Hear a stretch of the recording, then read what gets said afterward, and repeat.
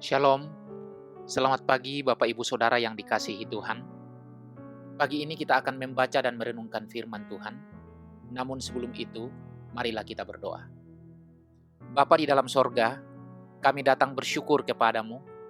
Sungguh Tuhan mengasihi kami. Dan saat ini kami akan membaca dan merenungkan firman-Mu. Kami mohon pertolongan Tuhan, supaya kami bisa mengerti dan memahaminya, dan diberi kemampuan untuk melakukan sepanjang hidup kami. Dalam nama Tuhan Yesus, kami berdoa. Amin. Saudara yang dikasihi Tuhan, firman Tuhan yang akan kita baca dan renungkan pagi ini, dari kitab Ester pasal 3, ayat 10-11. Ester pasal 3, ayat 10-11. Demikian firman Tuhan. Maka raja mencabut cincin meterainya dari jarinya, lalu diserahkannya kepada Haman bin Hamedata, orang Agag, seteru orang Yahudi itu. Kemudian titah raja kepada Haman, perak itu terserah padamu, juga bangsa itu untuk kau perlakukan seperti yang kau pandang baik.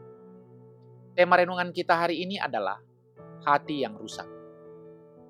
Saudara yang dikasihi Tuhan, sesudah Haman memaparkan rencana pembunuhannya, raja pun langsung terperdaya. Maka raja mencabut cincin meterainya dari jarinya, lalu diserahkannya kepada Haman bin Hamedata, orang Agag, seteru orang Yahudi itu. Cincin raja sekaligus menjadi stempel. Di bagian atasnya ada permukaan yang berukiran gambar cap raja. Fungsinya untuk memberikan cap kerajaan yang sah secara hukum. Cap tersebut mensahkan hukum yang baru dibuat. Dengan demikian, setelah menyerahkan cincin itu kepada Haman, raja memberi izin kepada Haman atas rencana kejinya.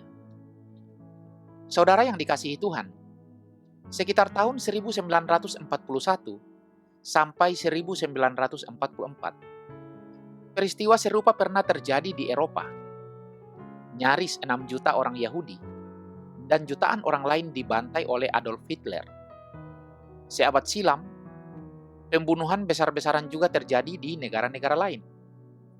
50 juta orang lebih dibunuh di negara komunis Rusia. Sekitar 38 juta rakyat Tionghoa dieksekusi di negara komunis Cina oleh pemimpinnya. Tahun 1994, 1 juta orang dibantai di Rwanda hanya dalam 100 hari. Dan jutaan nyawa juga diambil di Bosnia, Turki, Afghanistan, dan berbagai tempat lain. Daftarnya bisa bertambah dan bertambah. Saudara yang dikasihi Tuhan, mengapa orang bisa membunuh sesama manusia dengan entengnya seperti lalat belaka? Apakah mereka tidak berperasaan sama sekali? Tidak tahukah mereka kalau perbuatan itu salah? Kenyataannya, sifat biadab yang dimiliki para pembunuh itu sebenarnya ada dalam hati tiap orang. Sungguh kebenaran yang mengejutkan pula menyakitkan. Sifat jahat dan buas yang kita lihat pada Haman dan Ahasveros juga ada dalam diri kita masing-masing. Rasanya hal ini memang sulit dipercaya. Mungkin kita berpikir bahwa kita tidak akan pernah tegah membunuh orang lain. Namun mari kita memperhatikan isi hati kita dalam-dalam dan merenungkannya baik-baik. Dengarkan apa kata pikiran kita tentang seseorang yang sangat kasar pada kita. Mengapa kita tidak melupakan perbuatan menyebalkan itu? Apa karena kita berencana hendak memaafkan atau membalasnya dengan kebaikan? Atau mungkin kita justru berharap suatu hari nanti orang itu mendapat balasannya, entah dari kita sendiri atau orang lain. Jika kita memiliki pikiran demikian, bukankah kita sama seperti Haman? Kita sama sekali tidak sanggup mengendalikan hati yang telah rusak. Kita tak berdaya melawan sifat jahat yang ada dalam diri kita. Hanya Roh Kudus yang mampu melindungi kita untuk tidak menapaki jejak Haman atau mengikuti contoh Ahasveros. Satu-satunya harapan kita adalah Tuhan Yesus Kristus.